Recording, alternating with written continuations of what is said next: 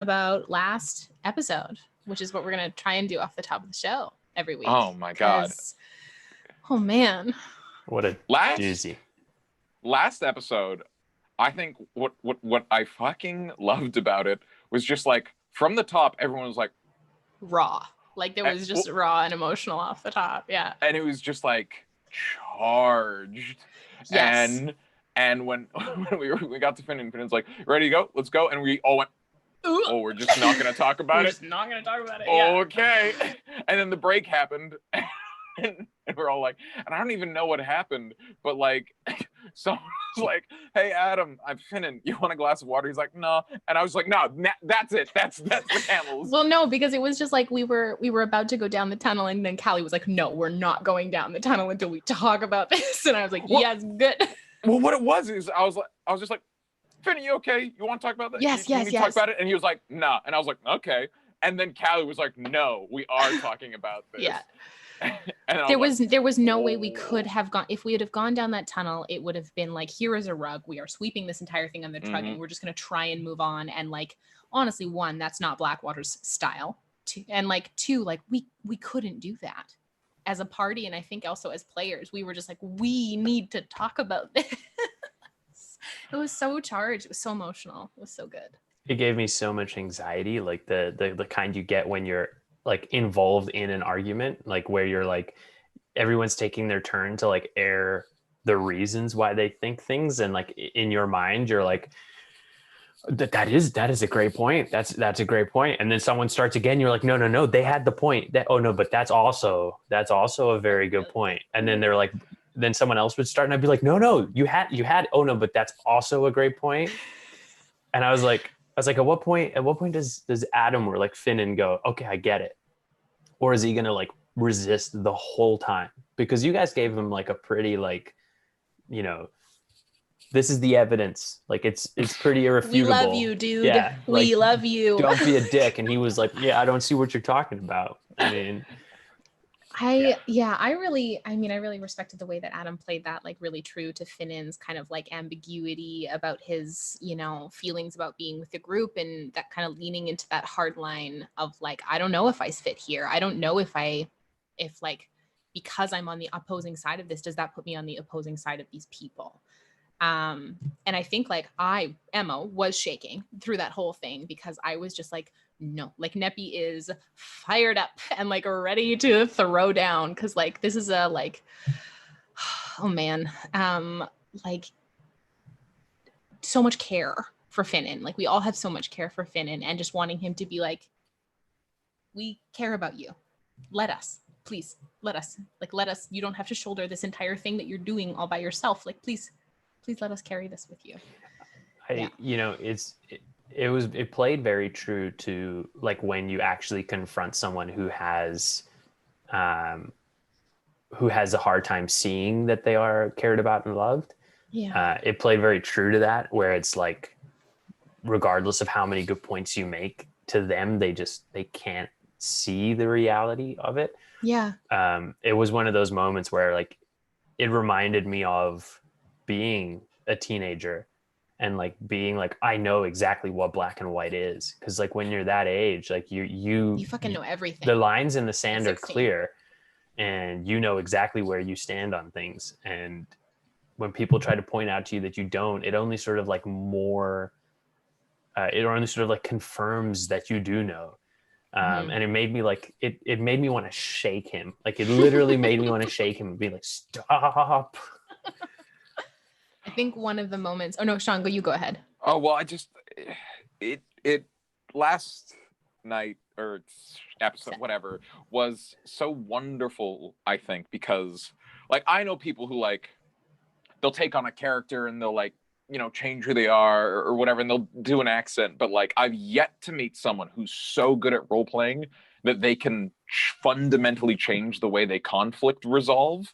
And so in this sort of like heated, emotional, like not necessarily heat, but just deeply invested, like everyone's being their characters, but wouldn't you know it, everyone's character behaves like in that situation the way they do as people. And like, that is just like one of the best examples of why, like, I've always said that like you get D&D is the more you put in, the more you get out. Yeah. And like getting the opportunity to have that kind of like, because it felt like a fucking where everyone comes around is like, you've got a drug problem. It felt like an intervention. Yeah. But like no stakes because it's a game. But like we got to like actually like experience fucking committed, like we need to change this person. We need to, I don't know, affect this person or we will lose them. Yeah. And that's something that you don't get to practice much in real life with zero stakes. Like, and it's I think I would offer like an extension on what you're saying, that it's just like, because we are so invested in these characters and the relationships that they have each other, even though there should not be any stakes, because like afterwards we're all going to be fine and we're all friends and it's great. There were so many stakes. The stakes were super high. Like I was like, my hands in front of me, I was shaking the entire time. I was like in tears. And it was just like, it wasn't for Adam, it was for Finan. And it was just like, I was myself doing conflict resolution, but also like as Neppy, just being there and being like the care that she has for this 16-year-old boy who has come along with them, just being like, I put your brain back in your fucking head. I would do anything for you. There was also a certain amount of one-upmanship that I personally, as the person crying at home, didn't appreciate.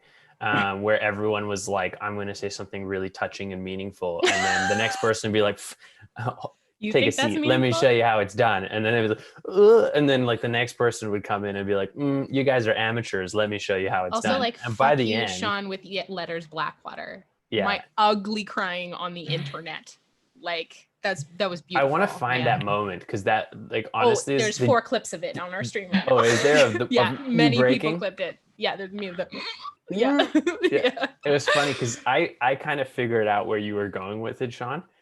And I could, like, you can see the moment. It's so good. You can see the moment and makes the connection because it's like like that feeling, just, you know, like when you're going to throw up all of a sudden and you like catch it. It was that sort of like, I was going to throw up all of my emotions and ugly crying. Mute the microphone. So I don't take away from this beautiful moment. And Tim just had to listen to me cry. I had been sitting on that one since before we started streaming, like really. And I trump card. Yeah, no, it's just I mean that's just how I play. I come up with something where I'm like, this is great, and then I just sit on it because like any of those things, it's just like fucking fine wine. It'll like, keep and get better with age. Yeah. Yeah, if you come up with something fucking golden for your character, just wait for that. Like, because I didn't plan to do that last session.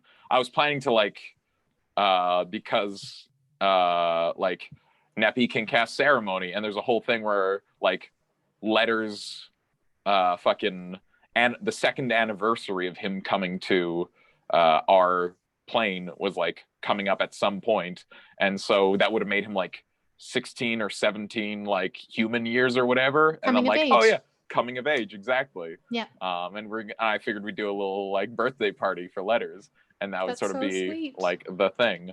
But I much prefer this more organic moment that we had last time. As much as I love the Blackwater, like Blackwater's last name thing, the thing I love most about that speech you gave, it was like everyone was like, I don't want to be here either, and you were like, I do want to be here. Like this is the first time I'm doing something that matters, and that's what really got me. Where it was like, you know, it's the classic like the hero who doesn't want to be the hero, and it's like that's the sort of classic hero's journey of like, how can I be the special one? You know, and like, I don't want that thrust upon me. And then here's letters going be like, no, I'm doing something that actually means something. Like this is awesome. Like this gives me meaning and gives my life meaning.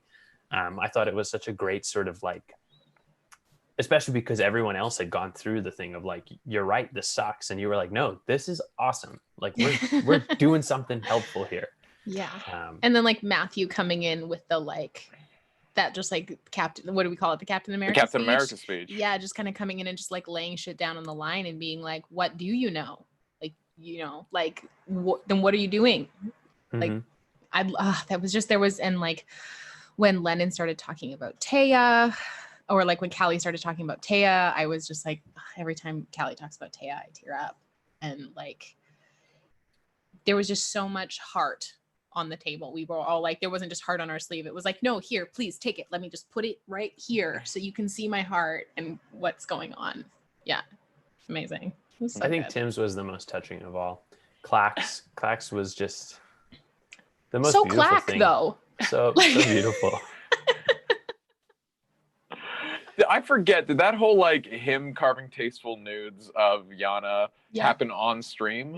No, it happened off stream. It happened off stream. Yeah. Was that something that Tim decided, or that was thrust upon him by a... No, that's what Tim decided, that Clack was carving tasteful nudes of Yana, and then Callie found out because she had a higher enough perception check, and Clack failed his deception check, and she was like, "What the fuck are you doing?" And then she like grabbed it away from him. And How she was big like, were these? They were like little miniatures, tiny little ones, little little busts, statuesque little statues, and he has them hidden. And Callie's the only one who knows where they're hidden as of this point.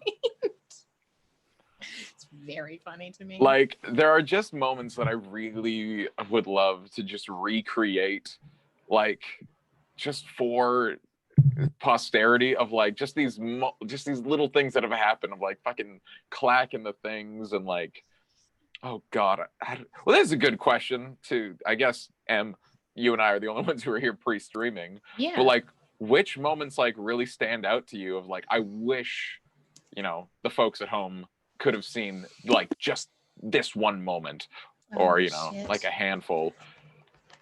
The first battle at Gatestone Keep was probably a big one. Why is that? Well, it was probably the hardest battle we'd ever fought at that point. And we were losing for most of it. Torin's death was still one of the most like impactful D&D things I've ever done. There was Neppy, like Torin like took her hand, shoved a necklace in it, and like he's like dying, and just like squeezed her hand with like the implicit knowledge like that he had told Neppy before, if I die, you can't bring me, like don't bring me back. So Neppy like has diamonds in her hand. She's kneeling over Torin, and she just lets him go. And then Kokenee like rushes up to her and is like, because she was the only one who could cast Revivify at that point. And he was like, he grabbed her hand and was like, "What are you doing? Why are you waiting?" And she's like, "I can't." And I think it was something along the lines of like, "I can't make him suffer just because I miss my friend." And she like threw herself down on top of him, was like, and then like basically cast Gentle Repose. She was like coins on the eyes, salt around, and she just like collapsed on him, just like weeping. I was a wreck at that moment. It was very, very impactful. That would have been a beautiful one to have. Like, it's in here, and we won't leave there. But I'm trying to think of some other ones. I wish we could have seen Callie and Kamea's wedding. Oh god! Oh, that wasn't streamed. That's right. It wasn't streamed. I've heard lots about like everyone's preparations for it, and how everyone, like you prepared so much. I heard I did. I spent 3.5 weeks researching wedding ceremonies, and I wrote a wedding ceremony. So I think that one would have been great. But I think we should talk about our main attraction tonight, which is all things Nepentha. But we will do that right after we roll that intro. Roll that intro. See you in a hot sec.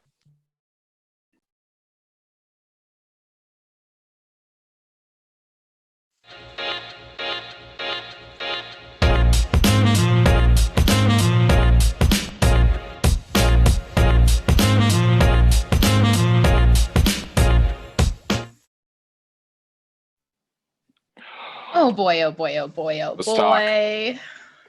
All things Neppy. So for those of you who don't know, does our chat. Oh, we got to do announcements first. Announcements. Yes. Oh my gosh, we do have to do Thank announcements. you so much, Anna. I was like getting professional. really ready to dive right into not asking questions myself and just sitting back and answering them. Big thank you to our sponsors and partners. Keisha at Fairy Dragon Dice. She creates amazing custom RPG dice for our characters. She's created them for Tim. She will maybe create them for your character. She also has a bunch up in her shop right now. So please go head on over to her Instagram, fairydragon_dice, and go check out some of her like beautiful, pretty sparkly. She's got these ones that have like liquid cores in the center, so they move when you roll them. It's amazing. Amazing. Thank you to our wonderful artist, Tiana. Tiana is miss._Marston on Instagram. If you want more information about her art, you can go !artist in the chat, and it will have links to all her stuff. Tiana did the fantastic graphic that is here. She does all of our campaign art. She's our official campaign artist. She's just like a lovely human being. Was messaging with her today, and she was telling me we made her cry the last episode. Love you, Tiana. Yeah, right? She's like, such a good episode. She's like, we love Tiana very much. Tiana was our very first fan that we started sharing stuff with before we even started streaming. And oh yeah, right? I forgot about that. Yeah, I met Tiana and we just hit it off, and so we love Tiana to the end of the earth and back. Also, one of our other fantastic partnerships, Silverwing Armory. They have a collaboration going on with Grimbeard Leather right now for their Lorekeepers bundle. It is out. You can go order it. Check them out at Silverwing Armory on Instagram for links to their shop and all that kind of good stuff. And if you like anything of what you see for you or your Lorekeeper in your party or your DM or whoever, enter the code Blackwater at checkout for 10% off. As well, Legendcraft. We love Legendcraft. Reg and Ben over at Legendcraft are amazing, and they have gifted us a fantastic Purple Heart rolling rod that you can put your dice in, and we want to give this to you. So head on over to our Instagram, the post that has this in it, and it has all the instructions on how to enter. You can enter the hashtag Legendcraft in the chat tonight once, and that will be an extra bonus entry. And contest closes on Saturday, and we will announce the winner live on stream at the break. So please come hang out with us this Saturday, and our regular show always on Saturday. But other shows this week, Wednesday, the Ladies of Blackwater are back for character development. This week, we're going to be talking about friends and how to make friends, whether in D&D or in real life. And that's going to be great because Len and Jen and I were laughing and we're like, do we know how to make friends? So we're going to talk about that. If you have any questions for character development, there is a link in our bio for our link tree. You can submit your questions anonymously through a SurveyMonkey link, and we will answer your questions at some point on the show. 2 compliments on a question. That was the best advice I ever got for how to make a friend quickly.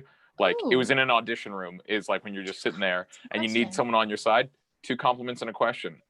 Those shoes are really fucking sick. Da-da-da. Hey, what is something? Like a compliment. It's like, oh, we like that.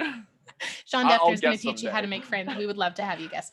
2 compliments and a question. 2 compliments and a question. I will make sure I talk about that on Wednesday. And then one of our last announcements tonight is about Prime Gaming and subscriptions. So thank you to everyone who subscribes to us. You really help us do what we do. We have some really, really cool things in the works right now, things that we're getting ready for over the next like 4 months or so, and we're so excited to start sharing them with you. And your subscriptions and your support help us do this thing and make it possible. And I'm off the wall excited to share this stuff with you. So thank you to everyone who subscribes. This is also September. So if you do want to subscribe to a show, this is a fantastic month to do so. You get discounts on your subscriptions, and you can subscribe to multiple shows for a reduced price. It's awesome. So if you can do !September in the chat, and there will be some information about how to participate in that. And your subscriptions don't roll over every month, so you do have to re-up them. So thank you to everyone that does yet. And now I'm done. That's it. All right, we've landed. We've landed. We're here. We're here to talk Nepentha. I have kombucha. We're good to go. Now, I do want to start by just Yanis and I recapping what we know about Nepentha, because we have inadvertently or tangentially talked a lot about Nepentha and your process, as we've talked about many things on this thing and how it affects us as players and characters. So I'm just going to start her off. Yanis, you hop in, fill in any deets that you know of. But Nepentha starts as an orphan, doesn't know her biological origins. Left. Do you want me? Yeah, no, keep going. I won't correct you. Go ahead. Right, left on. I'm not trying to make jokes. This is genuinely so good. Just seeing how much I know. Left on at the steps of that temple, Temple Philenis, yes. Temple Philenis, raised in there until she was a grown-up, did real well, raised, shot right to the tippy top of it. When she was 14, went in all that milky juice, had a spiritual experience with the cat. Yep.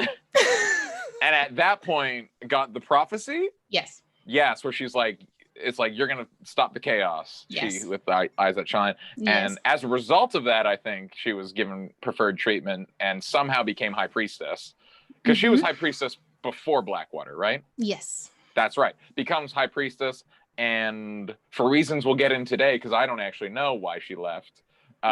She goes on like a pilgrimage and hooks up with Blackwater. Yeah. Goes on adventures. Yes. Lives, laughs, loves, prays.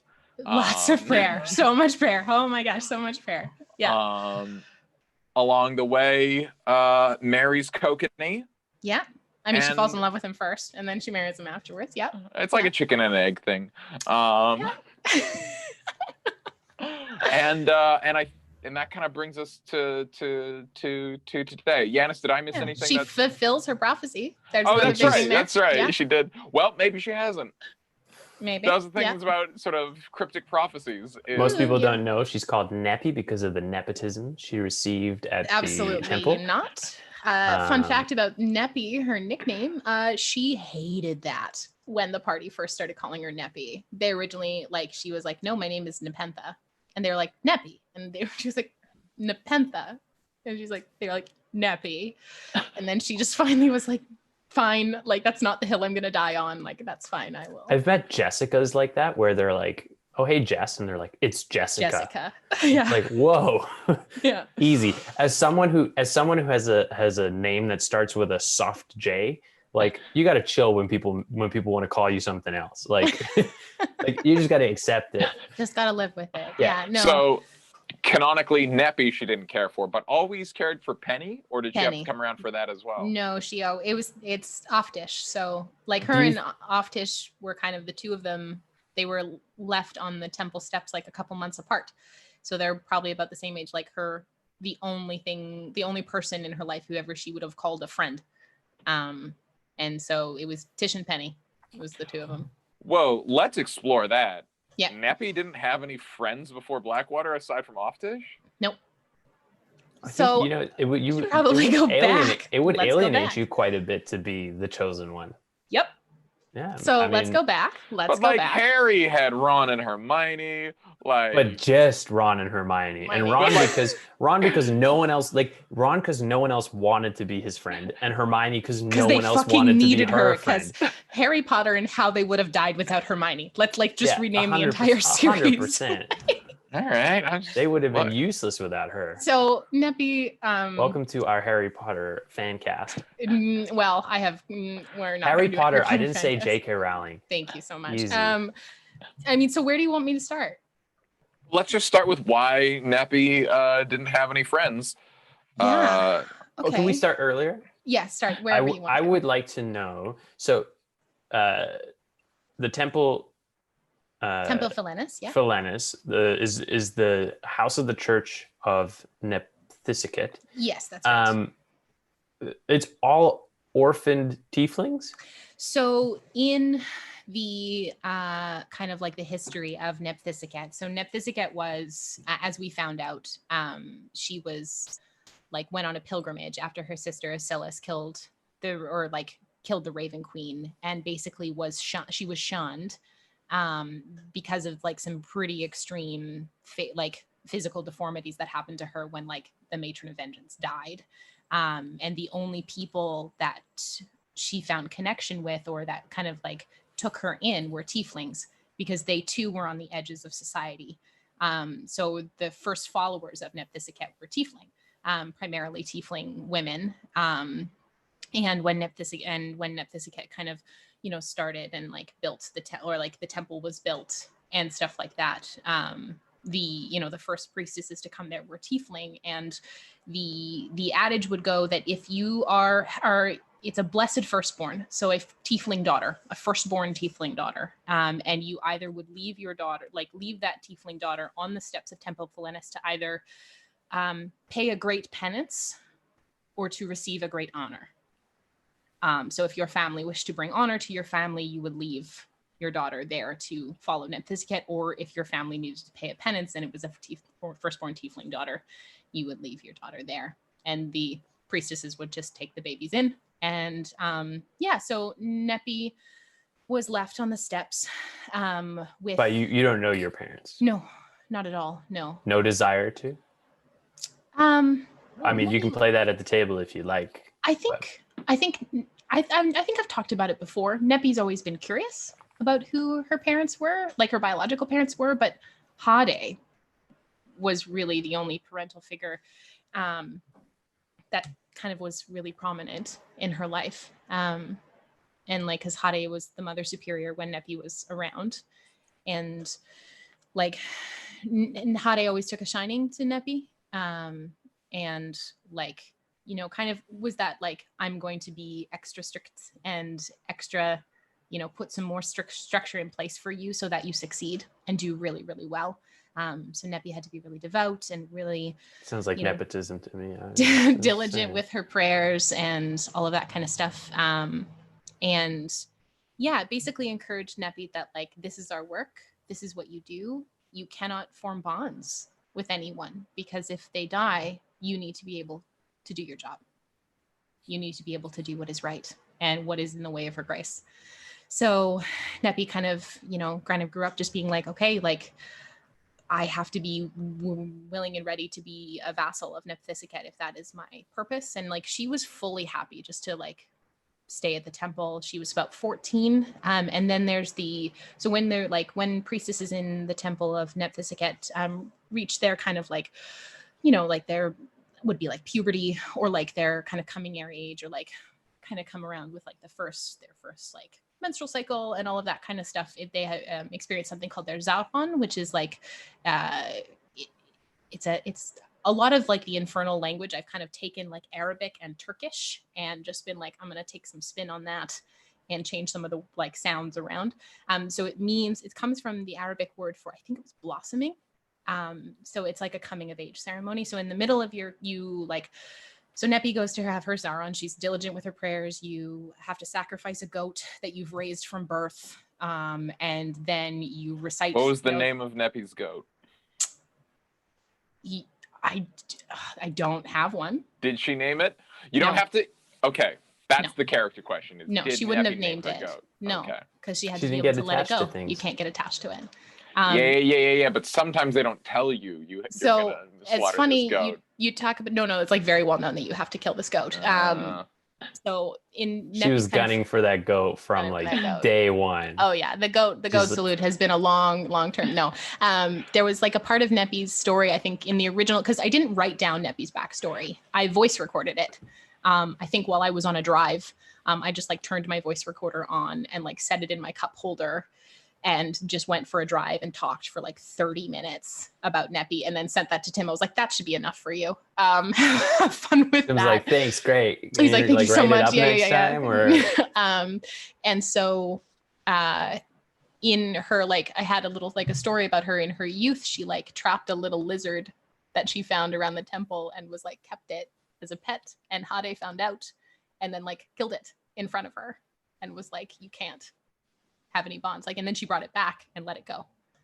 It was like, you can't have any bonds. You need to, like, Neppy was upset. Like little tiny Neppy was very upset. And she was like, that's not your role. That's not your job. So she goes to have the Zauron. So it goes fine. It's great. And then after every Zauron is like a big ceremony, kind of like the party that happened after Hade's funeral. Like those happen like in accordance with the moon cycle for every priestess.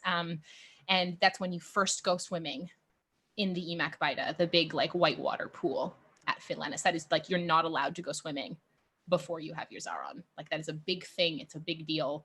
So she goes to like swim in the water. She swims out to the center and essentially for her, she just blacks out. She feels being pulled under and she blacks out. But what happens is it's like she's raised above, like some unknown force just lifts her above the water, and essentially the entire temple just watches her drown in midair. Oh, yeah. Yeah, so she dies and is held aloft over the pool for like 6 days. But for her, it was only like an hour. So she was taken to see Nephthisiket. That must have been so bizarre. I just want to Yeah. put myself in the shoes of just like some lesser priestess at the time. Yeah. Cause so they're all like, oh, fucking yeah, we're having the coming of age for little Neppy, Yeah, it's or great. Nepentha as we call her exclusively. And it's like party, party, party. Oh, she's taking her first swim. Oh gosh, wow, divine power. She's up in the air. Yeah. And well, And like, she because still is. And then like cut to like 20 minutes later when everyone's looking at each other like, do we just go back to work? Because like they wouldn't have stood around for 6 days. They're things that need to somebody would have probably sipping water at the water sipping. cooler, being like, she's still up there, hey? Well, because the whole thing about bunch like of the kids order snuck up there last night and hung a hula hoop around her neck. Oh shit! Damn kids. There's just like stuff flung up at her. No, so like the whole thing, her. yeah, 100%. The It's like a Philenis scarecrow version of hanging up there TP. with, like, There's toilet just paper palm hanging fronds, from her. people trying to like throw things on her. Oh fuck, my fucking frisbee's stuck up there. It's stuck on her foot. Can somebody get it down? No, the whole thing Neppy! with Neppy, throw the frisbee down.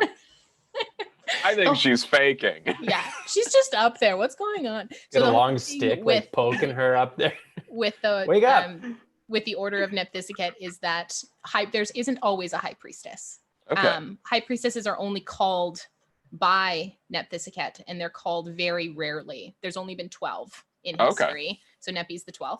And the last one was Zesperia, but that was 800 years prior. So there had been no high priestess. And then in the absence of a high priestess, the Mother Superior and the appointed hand run the temple, who's Hade. And then it probably would have been someone else, but once Oftish, it would have been Oftish. Oftish would have been called and appointed at some point. So Oftish was like set to be the appointed hand. And then Neppy got called and like met Nephthisiket, and Nephthisiket gave her prophecy. Beware of he who brings the end of days. And releases chaos into the world. And she just got to like be in Nephthisiket's presence for like an hour. And it was one of the best fucking things in her life at the time. And then she comes back in and drops into the water and just like walks out and is like carrying the frisbee, naturally. Absolutely. And the palm fronds that are up there. And then Hade is like, and she was like, she says to Hade, she's like, oh, I saw her grace. And then Hade's like, and now we get to work. So it was her job at that point, because she was called, she wasn't titled right away.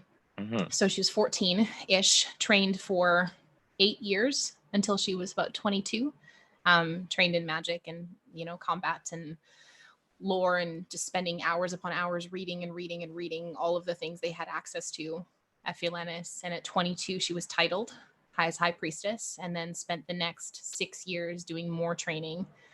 And then they heard, through some divination that she needed to go. She needed to leave and set out on her kind of this pilgrimage to go stop chaos and fulfill her prophecy. And she was told that she needed to go to Wolfar.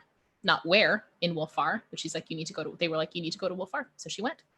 Cool. She like walked the trail of penance from Philenis, which is like a 3-week journey walking to Bakal, was in Bakal for about a week, and then boarded a boat to Cinderfall, and then Cinderfall to, she would have landed in Harbarston and then worked her way over, and then met the party in Toren.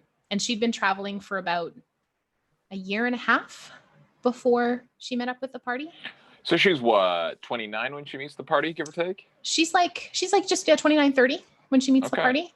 About 29ish when she meets the party, and like had been traveling mostly with like merchant caravans and like, she was given a lot of money to go, and is obviously like, she's blue and a tiefling, so she's not the most inconspicuous person. So, like given various contacts to touch base with on the continent, but was primarily on her own for, you know, a year and a half. And then she meets the party because she hears that there is something happening in Toran. It was the lunar festival, Ethereal's renewal, and they were like, something weird is happening in that town. You should go and check it out. So that's where she went and met the party. Very cool. And Yeah. why didn't she have any friends though? Because she didn't think she could. She didn't think she was like, and friendship and relationships to her were always, she always kind of saw herself as like, I don't really get a choice in this thing. I do my job. I am, you know, because her full title is High Priestess Nepentha, she with eyes that shine, keeper of the white water and arbiter of the great balance. When you come with a title like that, you don't really get to have friends because you have to do her job. She's got to do her job. So Hade was super hard on her from a young age. Yeah. I would say like warm but firm. Did she have ideas that you would be the chosen one? Like you would end up being high priestess? Nope. No, that's just her general demeanor. That was her demeanor. It was like exceedingly kind and compassionate, but like if she saw something in you, she would like, there was always more, like she would push you harder to do more. And I always wonder, like, I mean, obviously, like I created Hade and I created Oftish and obviously created Nepentha. But part of me, like in an alternative universe, wonders that if Neppy wasn't called, if she would have been made the appointed hand to take over as Mother Superior. Yeah. And I think one of the things that like Neppy always worries is that if she's enough, that if this is like, she was the right person to be called. She's still worried about that? I think so. Yeah. She did the thing. She did. You can do the thing and not feel like enough. No, that's true, but history would show. I mean, you know, it only happened a month or so ago. A month, yeah. Just the under. Fucking, I mean, she got sent into hell. She sealed up the thing. She walked into the abyss willingly. And yeah, that's true. Yeah. Took out the dude. Had to fight him again when he took over a mansion. Yeah, killed him. She got it. She got him. He's firmly non-existent anymore. And she's like I understand having like low self-esteem or whatever, but sure, I think I did that job. Like, I don't think it's a matter of low self-esteem. Like, I don't think it's a matter of low self-esteem at all. I think it's a matter of having exceedingly high expectations for herself and realizing that she is like being probably one of the strongest divine links to her goddess, just to be like, I don't answer to anybody but her.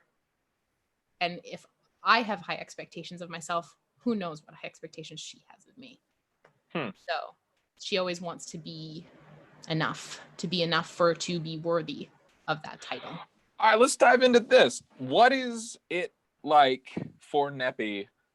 Like, what is that relationship with Nephthisiket like? Because I know I've seen them, that hour that they spent that first time, they've never spent more time concurrently together than that. The most I've ever seen is like sometimes a cat will like you, or you'll hear like a whisper of a voice. Yeah. So like, what is Neppy's relationship with Big Neppy?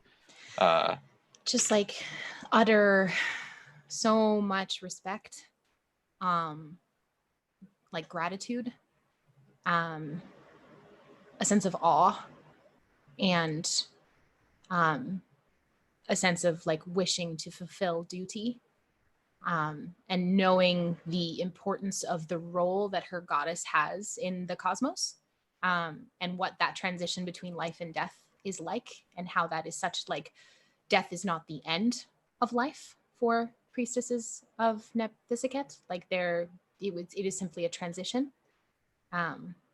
There's this fantastic quote from the Welcome to Night Vale podcast, that when I was thinking about Neppy, I was like, I really just like really latched onto it. The quote is, "Death is only the end if you assume the story is about you." So that sense of that like life in all shapes and forms carries on, and you go somewhere, and this is the death that you have in this mortal, material plane existence is simply one transition of that, and it is Nephthisiget's job to ferry that and what a profound honor it is to be with someone in a hugely transitional moment in their lives. So you should pay respect for that. I'm very, very curious what it was about this backstory that you created. Like, what was it? You're driving in this car, doing this 30-minute voice recording for Tim. Yeah. What was it where you're like, yeah, like growing up in like seeing nobody outside this temple. So, you know, like growing up, she sees like real with the homeschool exception, kid. Yeah. Well, I wasn't gonna say that, but yeah, why did you make a homeschool kid? Like, what was it that like drew you to that archetype? Oh man. Which, by the way, really playing into the stereotype, having no friends growing up. Like, I mean, I think a lot of people who would are in my life now, like me personally as Emma, wouldn't believe it, but like I was a really lonely kid growing up. I'm an only child, and there were like had a really hard time making friends as a kid, and spent a lot of my time with like nose in a book. When someone would ask me, Emma, what's your favorite thing to do? I was like, homework. So I was like a consummate student. I loved school. It was like a place where I could shine. And that was like being deemed like the smart kid was really alienating, because generally people only wanted to be friends with me if I could help them in some way, shape, or form. So for me, having a character who did that and still was okay, and was like, yeah, you don't have emotional trauma from that, like you're a pretty fine person, was good.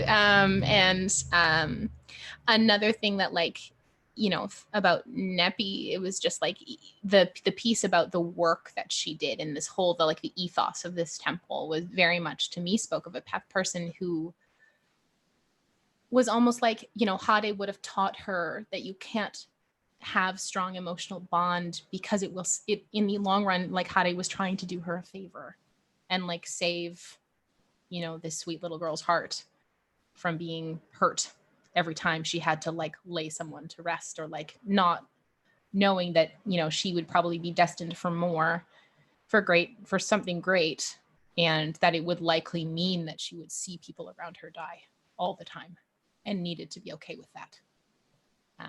So I think Hade was trying to do her a favor. And I'm always drawn to the like lonely person aesthetic because I was one. Yeah. And what was the inspiration like for Neppy's voice? Because it is such an iconic part of who she is. Oh man. The amount of people we get commenting in the chat about her voice. Thank you. How did you, is it something you kind of found along the way, or was it something you decided before? I ambled into it, I think. Neppy had like a vaguely British accent when I started this. Like my family, I have a very large family in England. My family's from a small island off the coast of France. And it's like, my family likes to joke that it's like a shorter list of who I'm not related to on that island. So their British accents are just like beautiful. And I love hearing them. But I needed her to be like, there was a tightness to her, like a very strong sense of reservation.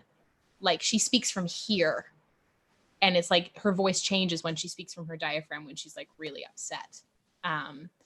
So for me, it was like I wanted a voice that kind of embodied that person who is so reserved, so self-monitoring all the time about like needing to uphold propriety and needing to present in a certain way because she is this high status individual.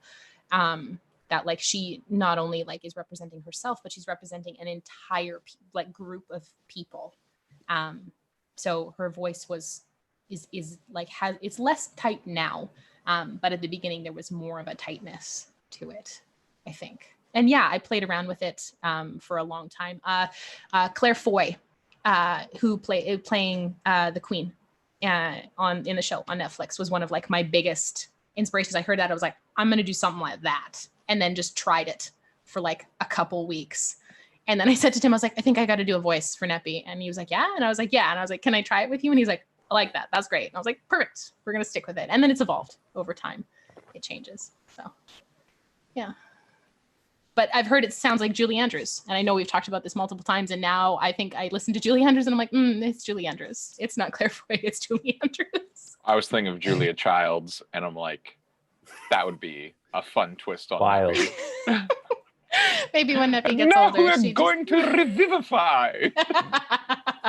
Yes, absolutely. When she someday becomes the hand of the temple. Yeah, absolutely. Yeah. Mind your prayers. Mind your prayers, girls. Yeah. What Sorry, I crave a one shot of elderly Neppy? Blackwater. Oh shit. Just like yeah. the next fucking whatever one shot, like Adonis does some bullshit, so we are all like seniors? The timeline doesn't make up because like senior Yana is gonna be like 1,000 years old, and like letters will be dead 6 times over. But just like nearly senile everybody, and we all just play like old, like fucking ancient versions of ourselves. That's and what so that funny. looks like. That's so funny. I don't know if I can handle ancient Finnan at this rate. They're so jaded. Well, this is Still brooding. Still brooding. Here's the thing, because you would be exactly where you are now, just old.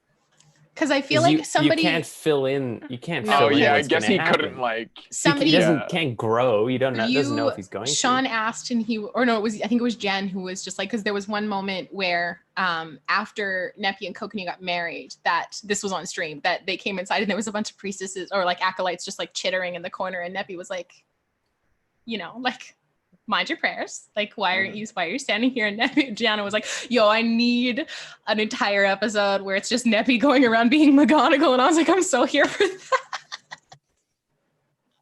It'd be very funny. Speaking of your wedding. Yeah. What things led to the Neppy Kokenee relationship? Oh gosh, so many things. It was definitely a bit of a slow burn for them. I honestly, like in the beginning of this campaign, I was like, Neppy's ace. I was like, I'm pretty sure she has no desire or any form of like sense of desire for any form of sexual or romantic relationship or anything like that. I was pretty sure she was from the beginning. And then there was a bunch of things that kind of, like a kind of tumbling through a bunch of events that happened that, like she and Kokenee started spending more time together. There was like a couple moments outside of, they took watch together a couple nights and they talked about a bunch of stuff that was like how their lives were so different, but still very many common threads between them. There was a moment outside where we rescued Jar, that they shared where like they just held a glance for just like a bit too long. It was just like a thing of like she was cradling Jar in her arms, and she was sleeping after taking Jar's scars, and he came over and talked to her, and it was like there was sparks there, I think, and I was just like, I think Neppy's catching some feelings. It was one of those moments where I was like, I had to kind of examine it. I was like, I think Neppy's catching feelings for Kokenee. And I was like, that's curious. Okay, let's just run with that and see where it goes. And then it really kind of kicked off when they were in Shinkick, and Nissa had just taken the mech and was like marching towards Fawe Tavar in this mech. And and that was a bit before then. And she helped Kokenee pray for the first time. She was with him the very first time he prayed to Arathis, and he asked her, he's like, please, I need your help. And she like guided him and just was like sat with him while he did that, which is a pretty formative experience for someone. Like she was like, I remember what my first prayers were like. So like, I'm gonna be here with you through that process. And then she started, her feelings started to grow, and she was just like, is this a thing? Like, he likely has no feelings for me. I'm just gonna like put them away somewhere and it's fine. Like, it doesn't matter. This is not my job. This is not my role. In my mind, like there had been a part where in Neppy's life where she had she was in Bacall, and like there's like rampant like a lot of like sex work and brothels and stuff like that in Bacall. And, you know, an owner of a brothel, you know, they had been sick. There had been people who were, you know, sick and ill, and she had gone in and helped them. And they'd offered her like a place to stay for the evening. And she was like, I have other accommodations, but she like had dinner with this brothel owner who, and, you know, her knowing about sex but not ever having experienced it and not ever being in a position where she's like, I don't think that's for me. You know, speaking of sex as transactional, speaking of sex and intimacy as like this thing that people do without any meaning behind it. And she was like, well, then that's not for me, because my life is full of meaning and has to be full of meaning with my role. So why would I ever stumble into that? That seems foolish and, you know, ill-spent time when I could be being more in line with what my goddess wants me to be. And there was never anything really in her, like the books about priestesses falling in love or having relationships. Like I can imagine, like you put a bunch of people in one place, there's bound to be relationships that happening and emotions that happen, but just something that wasn't talked about. Just things that happened, but probably weren't talked about. And so she was like, well, that's not for me. And then seeing Kokenee kind of grow and develop as a person, and her admiration for his strength, coming from the life that he came from, you know, and that sense of that they were both from the Amonkhet. Like she knows what Bacall is like. That sense of like understanding where he came from, just really drew her to him, I think. And the night before, they bounced up on the earth elemental plane the first time. And they took a watch together where he said, can I show you something? And she said, yeah, of course. And he showed her the Bible of Arathis. And it had written in it his entire story, like chapters about his life and the cruelty that, you know, his father and Velsum put him through. It talks about him finding Arathis. It talks about him, when they inserted the shard of Arathis into Torin's chest, and in it he refers to Nepentha as his light. In the book, he refers to her as his light, and she was kind of like, okay, like, all right, like she's thinking like she's guiding him and stuff like that. And then he goes to sleep after their watch, and she thinks about it, and she's like, no, wait a minute, those are real, those are feelings. I think I have big feelings for him. So she writes him this letter in Infernal, with the sense of like, okay, I'm going to spend more time with him. I'm going to teach him Infernal so that I'm not shoving all of this on him at once. So he can read this letter and then he'll know how I feel, because I'm not going to force anybody into anything. I'm going to spend time with him. We'll learn more about each other. It will be great.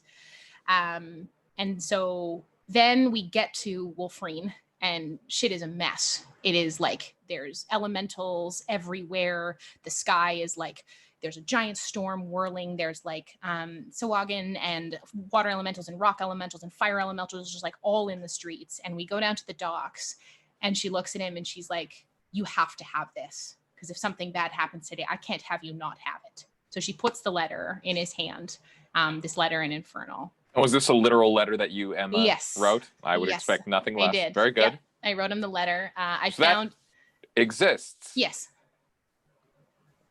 Is there any chance, not necessarily today, but is there any chance of folks seeing that letter? Yeah, 100%. I'd be happy to read it. At some point. Yeah. Okay. And I gave the letter to Matt and was like, before we go into the battle, like, Neppy hands Kokenee this and says, you need to have this in case I can't give it to you later. So we do watching this and being like, shit, where did I put that letter?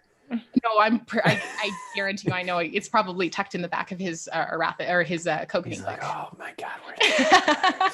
So, and then we have the battle with down this deep run, and it goes badly, and then we finally come out on top. And then we have to like battle our way back through the city. We get to the Temple of Cord, and basically the next day we are gonna go like assault Zakkus, and like go after him because he's like swirling this big old storm in front of the Gatestone Keep, and we're gonna go try and fix all that. We're essentially going out at dawn to try and rally troops and all that kind of stuff. And we're waiting for Torin to get to the city with troops. So they go up on the rooftop on the Temple of Cord. And like she had been collecting skulls. There was 4 agents of chaos. There was Kiva Flinthand, Sindral Doomwing, Delnus Deeprun, and Zakis of Soral. So she had, 3 of them up to that point. And she'd been burning the, cleaning the skulls and like keeping them so that she could take them to Philenis and be like, if I have their heads, they cannot be brought back other than very, very, very powerful magic. So their skulls are going to stay in Philenis because at least we can keep an eye on them, because they shouldn't get to rest because of the bad things they did. So she was sitting up on the roof, and like Kokenee had climbed up on the roof to go scout, and she like went up on the roof and was like, hey, can I join you? And so she was like sitting there, did the little pyre and started cleaning the skull and stuff like that. And they just started chatting and talking about like, he thanked her for, praying with him. And he was like, what is this? Like, what is this? Like, why did you give this to me? And, they start talking about how it's like better now than never.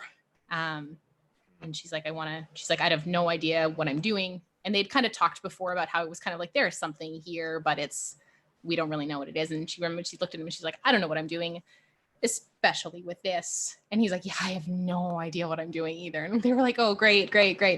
And then they kind of just got quiet for a moment, and then he kissed her. And he like pulled away and was like, oh my God, I'm so sorry. Like, and she's like, no, that was not a mistake. That was just fine. It was great. And then they kissed again. And then they like stayed the night on the roof together, sleeping. And the next morning, and it was just kind of like, okay.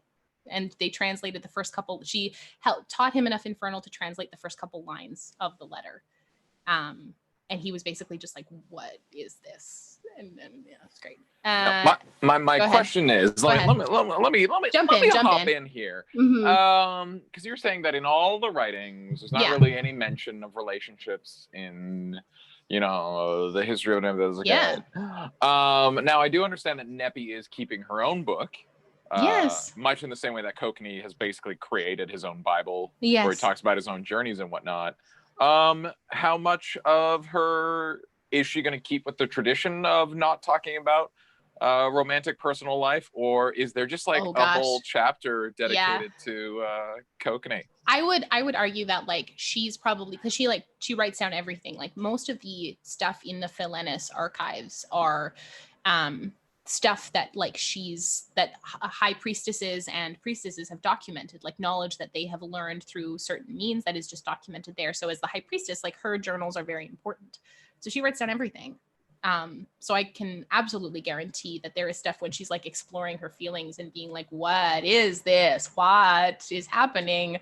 That's absolutely in there. Yeah, so for sure. Then that for centuries to come, the like confused and,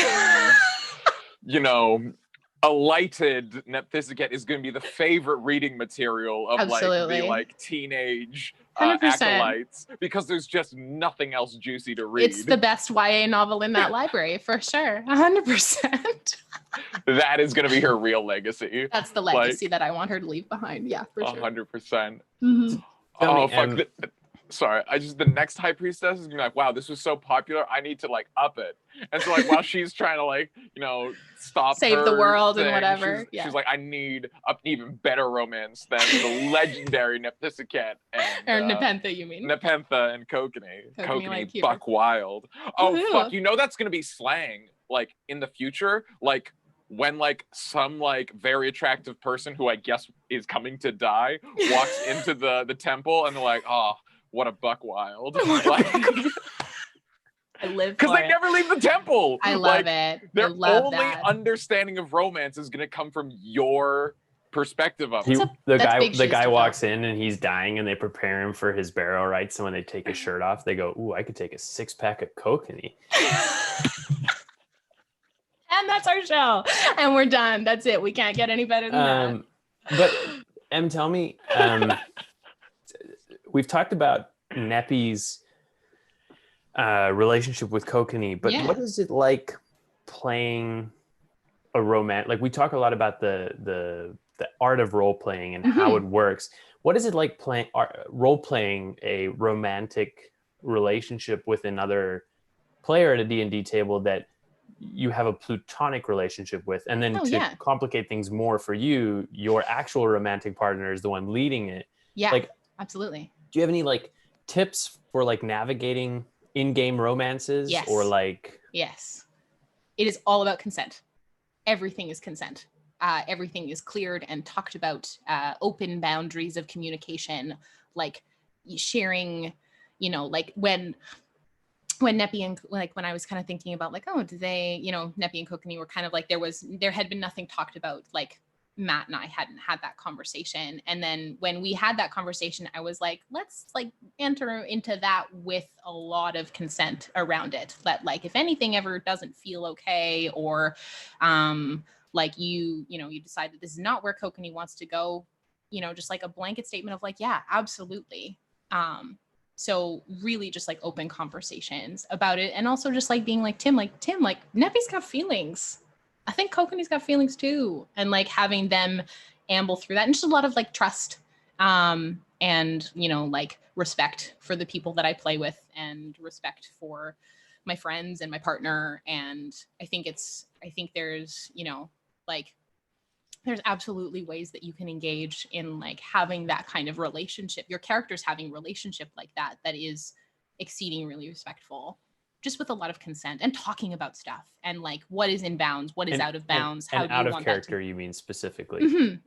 Talking about it out of character, having those in character conversations too, and also having out of character, conversations like about like what is okay, what is not okay, what kind of, you know, what do you want that to like, what do you want that to look like? What do you want that to feel like? What kind of image do you want that to be for them? And like, how important is that to be part of their story arc for you? Like if I think that like relationships in D&D, whether romantic or platonic, should never be just like a throwaway thing. You should enter into them with a lot of thought and a lot of consideration for what it will do to your character. Because like you're giving your character strong ties, strong bonds to something that will impact them emotionally later in one way, shape, or form. So you have to be ready for that. You have to be, you know, like that should be something that you're enter into with eyes open, that like if things happen to Kokenee, Neppy is going to be profoundly affected by that. And like that may elicit a lot of emotions in her that like I'm gonna have to manage and deal with, and manage that kind of stuff. So I think it's just a lot about like being open and talking about it, and remembering that it's a game where we're a bunch of friends who sit around a table, and at the end of the day, it's play. It's just like, it's fun, imaginative play. And it's also like a very fun thing that I get to do with my friend. So like Neppy and Kokenee having a like a relationship is like a fun thing that I'm like, oh yeah, my friend Matt, that's dope. It's just like a great aspect to our friendship. Yeah. No, definitely. I just know that I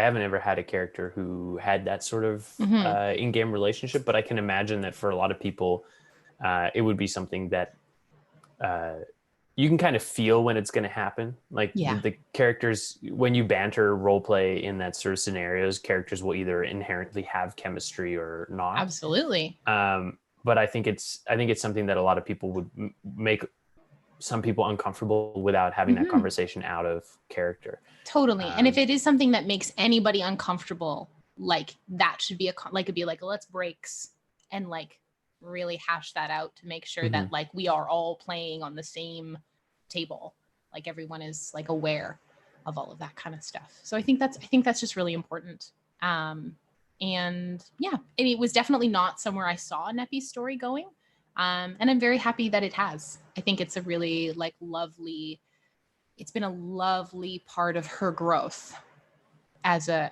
character. Because I think like something that is always so interesting for me is like how different Neppy is now I even think of the Neppy that Letters met when they first said in, like, Neppy is much like understands like gray now. She was pretty black and white when they first started out the campaign, quite hardline about a lot of things, quite staunch in her beliefs, like did not really forgive transgressions, was like very much like a, this is how the world is, this is how I know the world is, and my goddess says it's that way, so kind of screw your beliefs. But she very much understands that the world doesn't work like that. You're basically like an Amish girl on Rumspringer at this point. A little bit. What is Rumspringer? You don't know what Rumspringer is? No.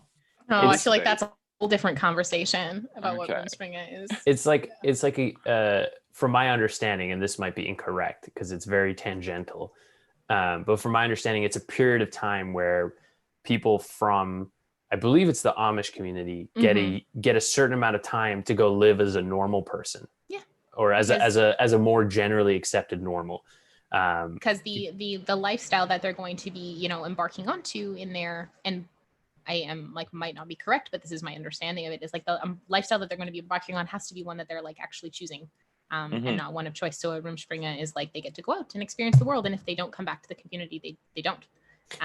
But from my understanding is the generalization is that it's kind of almost like a get it out of your system. Get it out of your system kind of thing. And that's probably an outside generalization rather than what they view it as. But it's definitely like Neppy's version of like, she's left the temple. Yeah. And she's experiencing all these things for the very first time. Absolutely. And like the whole thing with high priestesses in her order is that like, once you go for like deal with your prophecy, you go back and let you either die or you go back to your temple. Or like there was one priestess who kind of had a one-way ticket to the Shadowfell and was like, yep, this is where I live now. And she's buried in the Shadowfell. So it's either like you go out, you fulfill your prophecy, and then you come back to the temple and you die of old age, or you go out and you die trying to fulfill your prophecy. Every time they call you, they're like, so you're done? No, I think he's still out here. I'm just well, that was something that was something that was big for me, because it was like because I thought that Zacchus and the Agents of Chaos were like, that was her prophecy. I was like convinced. I was like, this is her thing. And I was like, oh my gosh, after the Battle of Gatestone Keep, that first one, I was like, what if Hade calls her home? I was like, she has to go. Like if Hade would, like if she checked in with Hade and Hade was like, yeah, okay, come home now, she would be like, okay, I have to catch the next boat out of here and go home.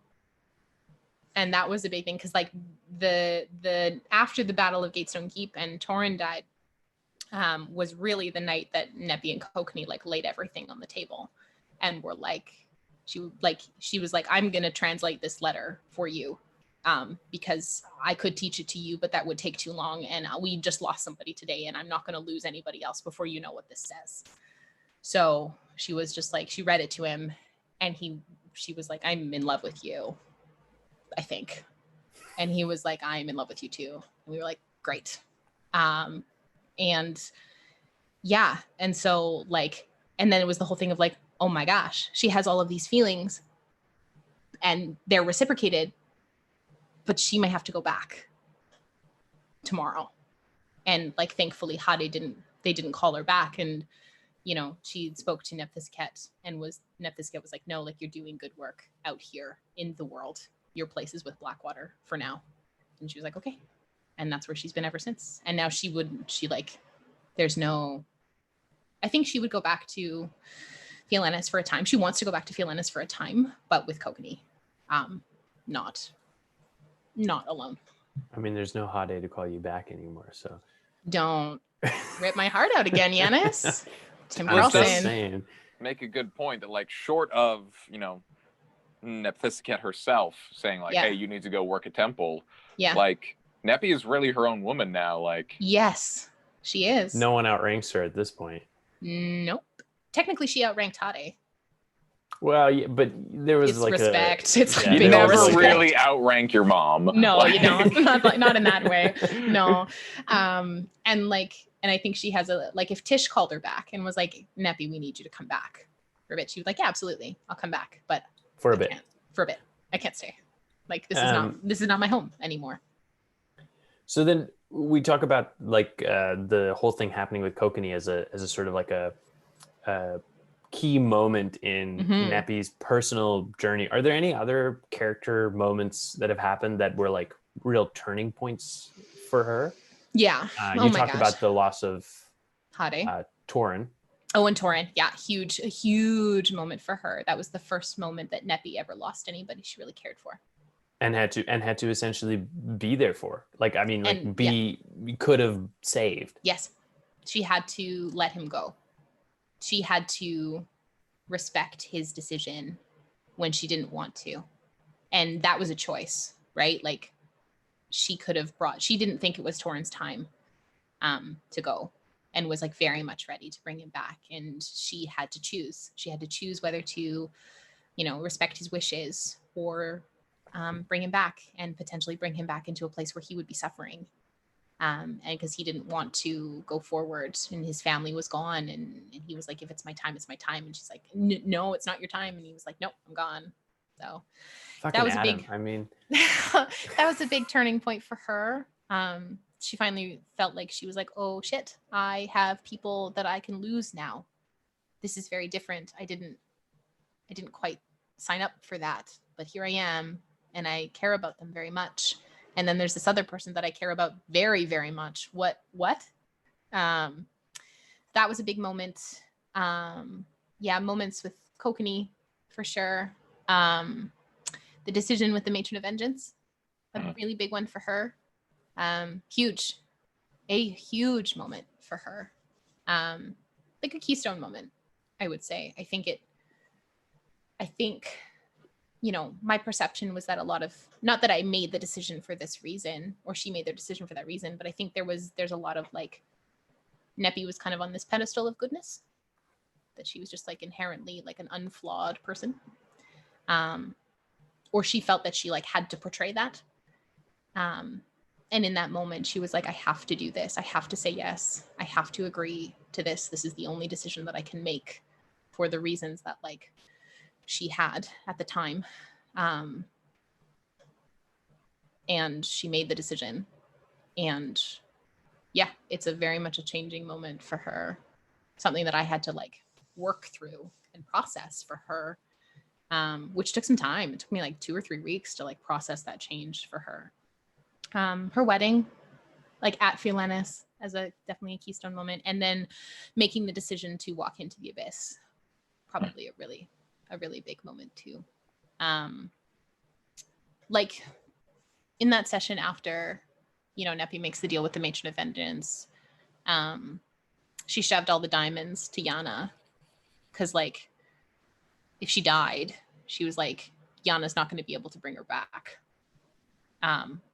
At least not in that way, not in the way of like actual healing. So she was like, Yana has to go forward. In her mind, she was like, Yana's got to go forward, and she has to leave me, and she has to go and do this thing and destroy the phylacteries, and then she can come back for me. Because like, if she had died somewhere between like, meeting back up to the group, or how I didn't know like how separate they were, how much of a trek it would be.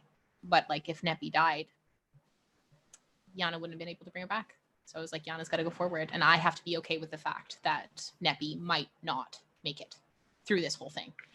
I was fully ready for Neppy to die. I had to like emotionally prepare for Neppy to be like dead through the stuff with the abyss. I'm really curious.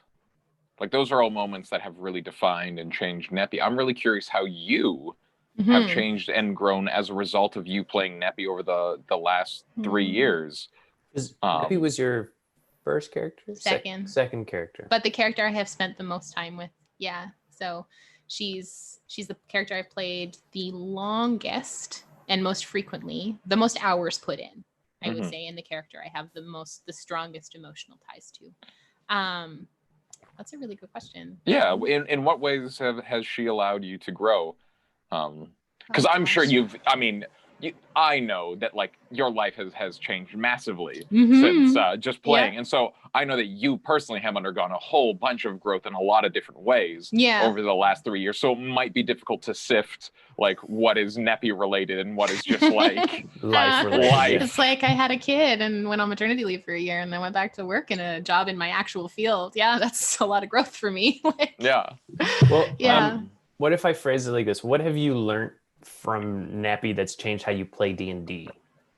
Okay, I want to answer Sean's question also. Okay. And I Oh, want you because I can- you think can those Get are sift it wrecked, too. nerd. She I think likes those my are both question no. the I think most. they're both good Gold questions. star for Sean. I'm- Best question asked. I'm gonna be heading out. Sean and I we're gonna finish We're gonna off the finish night. out the show. Oh, thank No. God, free up the space. Fucking Yeah, just fucking no.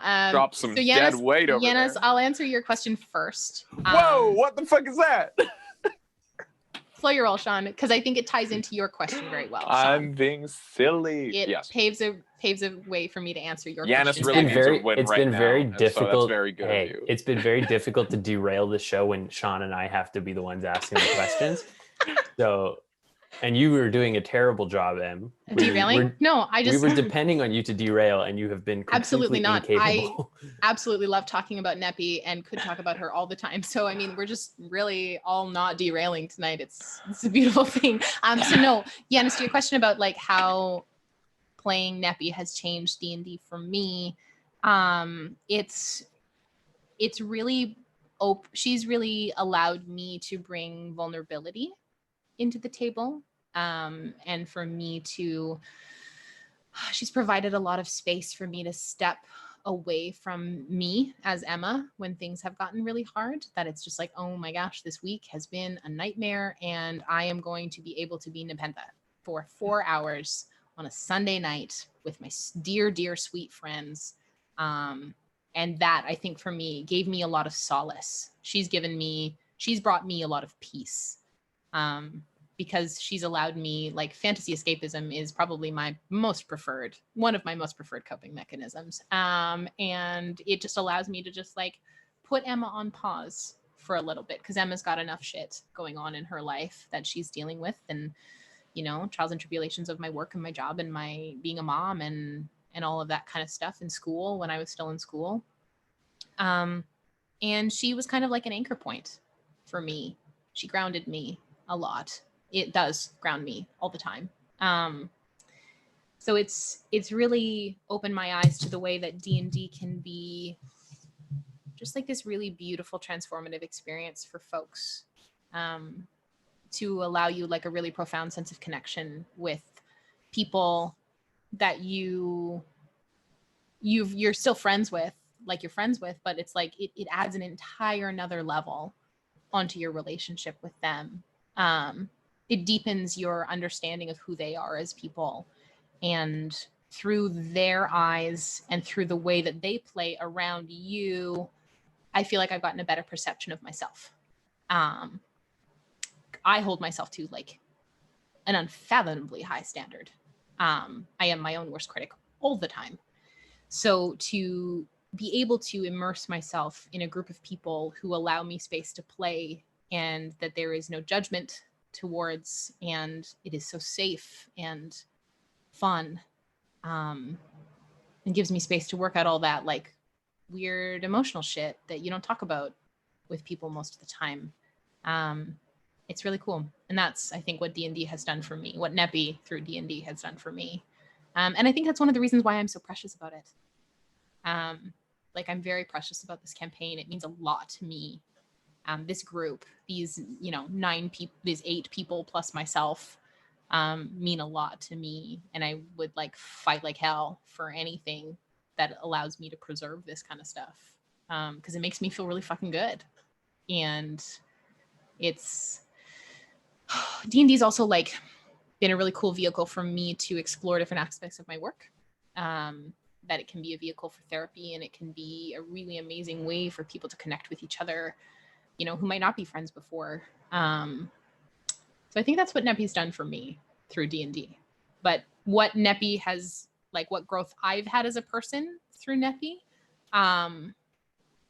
Neppy has been with me through like like, I mean, one of the biggest transformative experiences of my life, like being a mom.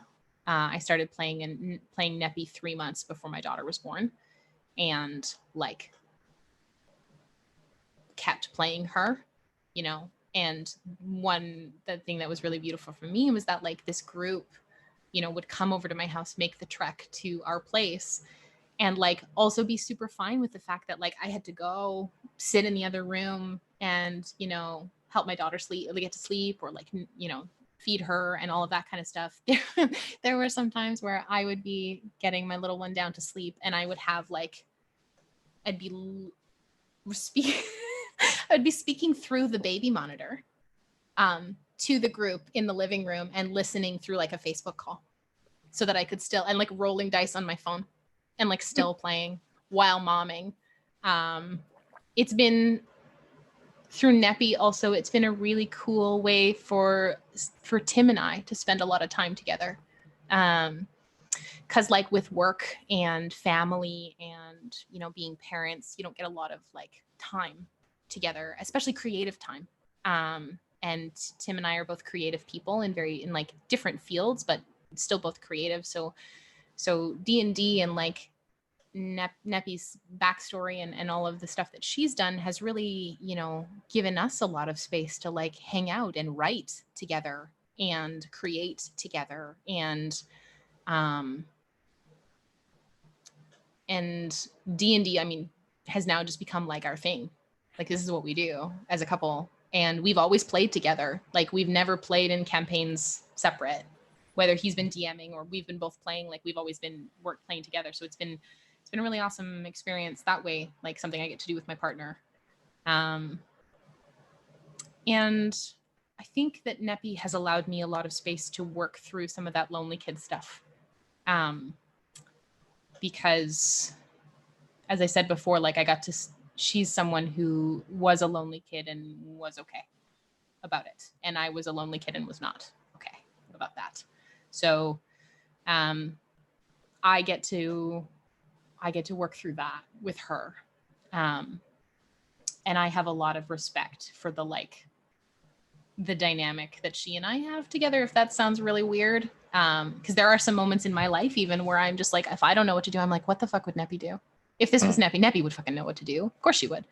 I was chatting with, I think, Lennon about it. And then we were talking about like, if you had to do a piece of artwork with you and you as your person and you as your character in an piece of art together, what would that look like? Like, how would you and your character interact with each other? And if it was, yeah, right. So it's a beautiful idea. And I pitched it to Tian, and she was like, yes, we're going to do this. And so I imagine it would be me and Neppy sitting back to back, just kind of like supporting each other, like holding each other's hand. Because that's what she is for me. She's a huge support for me. She's a space where I get to be like, yeah, one of the like best versions of myself in a different way, but the best version of myself. So Sean, yes. Answer the same question. What would you and Letters' interaction be? Yeah. All I could think is me giving Letters a piggyback, and him just having a great time. Yeah. I love carrying people, and I feel like Letters doesn't get a lot of piggybacks. I also don't get a lot of piggybacks because I feel like he's probably a fair bit. So I've got some inches on him. I feel like he's probably heavier than I. I was gonna say he's beefier than you are, I think. He is beefier than me, but you know, got a good 4 inches on him. Like he's not substantively heavier than me. You know, he's not a rhino, and so I think that would be a good time. That's my first instinct. Is like us just kind of wrestling. Really, I would be careful wrestling with Letters just because of the horns. Because like you got to watch out for those. But Neppy would be the kind of person who would just like take me and just like hold me, you know, like the whole thing with the like aligning temples. What? Mm-hmm. I just realized it would just be Letters giving me business advice.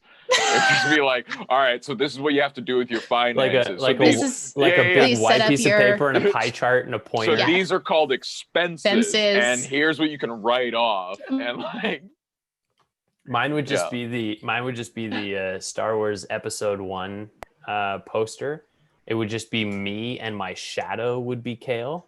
Oh, I like that. That's good. Yeah.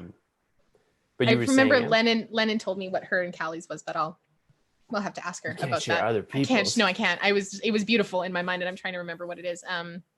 Like the whole thing, you know, with Neppy, why they greet people like when they like touch temples to each other is one, because it's what cats do. Hell yeah.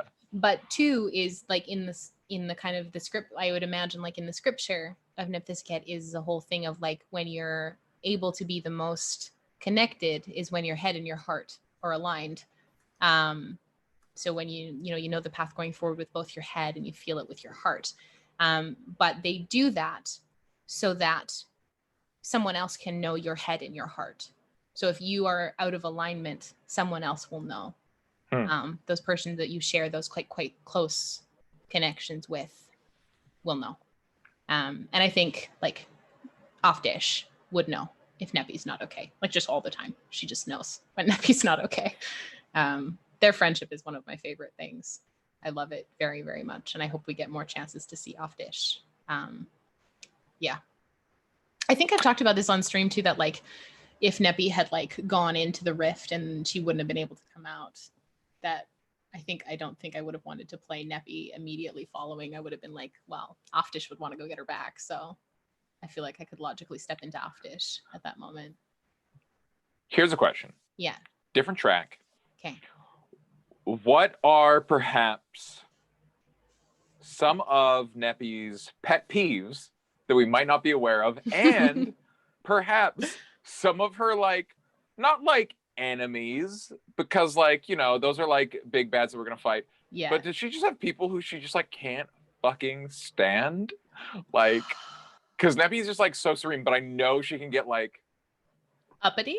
Yeah. Well, she can just be affected, and she's very good about handling it. But like so her and Off Dish are like sitting down and like dish in the dish. When she occasionally dishes and vents, like what is it that just drives her fucking crazy? And she's like this dude on the train or like whatever. She doesn't like when there isn't rules and structure. She needs structure. That girl like thrives on any form of structure. Routine, like she loves routine. If her life could be routine almost like every day, that sounds great to Neppy. She would love nothing more than to like get up, do her prayers, have like breakfast with her husband, go down to Temple Caracal, spend a wonderful day in prayer, go to the markets, you know, spend a nice evening quietly in like reading and then prayers and then bed. Like that sounds fantastic for her for like the rest of her life.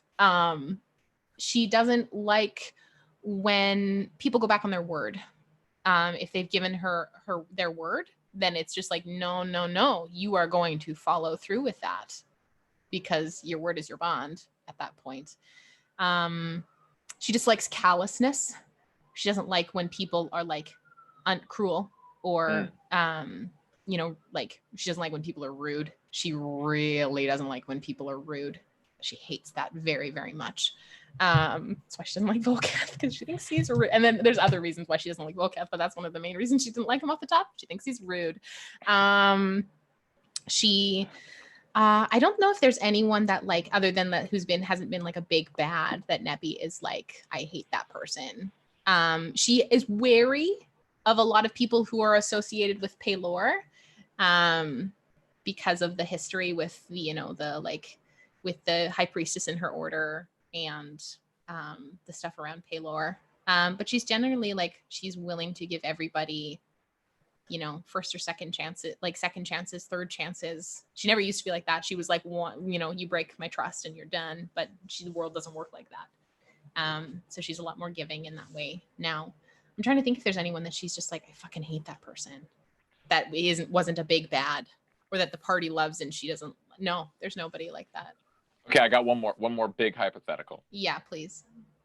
Pitch me. If Nepentha said to her, like, we finished the current arc, like, you know, we take care of tasks, made your vengeance, like the world is safe, and Nepentha is just like, hey, here's the deal. You don't have to adventure anymore, but I also don't want you to work at the temple anymore. Do something else. Yeah. Like, she can't be a priestess. She can't be an adventurer. What would Neppy want to do? Open a bakery? She does love pie.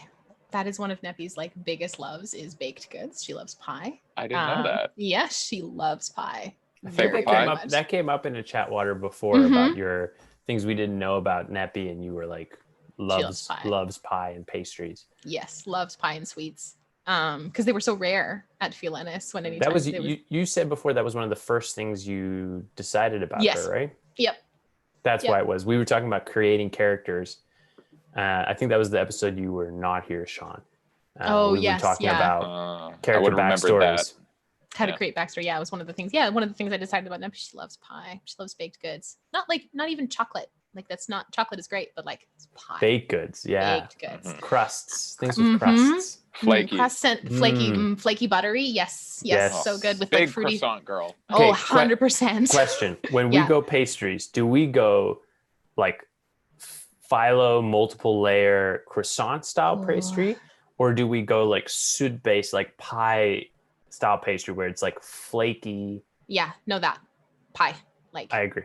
Okay, Neppy would be just like she loves pie so very much, like fruit pie, because there's not a lot of fruit at Philenis. So anytime like there had been like traders coming by with fruit or something, she would have baked pie. Letters will get the Dresda Trading Company on that. We'll make sure we'll bring we get fruit to Philenis. More active fruit trades over to Temple Philenis. Wonderful. Because she didn't like grow up like before, kind of being called as high priestess. She was very, very fine with like a very simple life. She cooked and cleaned and did all the things that acolytes do. And that was like a perfectly wonderful, small existence for her. I've always seen her as the kind of person that like revels in the small things. She loves the small things. That's another thing that Neppy has done for me. Neppy has taught me to slow the fuck down. I am a person who operates at like 200 miles an hour. There was a time in my life where I had like 4 jobs and would like rotate through them multiple times a day and like loved it. And I think Neppy has allowed me a lot of space to just slow down because she likes the slow. She revels in those really small moments. So yeah. That's definitely something I found like as I get older, is finding like the joy in the small processes. Oh yeah. Someone once told, like, I can't remember what it was from. I swear it's from like a TV show or something. But they talked about how like art can be anything done artfully. It doesn't have to be art in its like perceived notion. So like someone who mops the floor can do it artfully because they do it with care and they do it with like thought and premeditation. And as I get older, like I've thought more and more and more about that, about like everything you do, you can do better by being aware of what you're doing and why you're doing it. And I think awesome that's that you learned that from through her. Not that you learned that, I'm sure you were aware of it before, but that it sort of reinforced it for you. Totally. She is a person who is exceedingly mindful. She is, when she spends time in prayer, that is time for prayer. There is nowhere else she needs to be but exactly right there.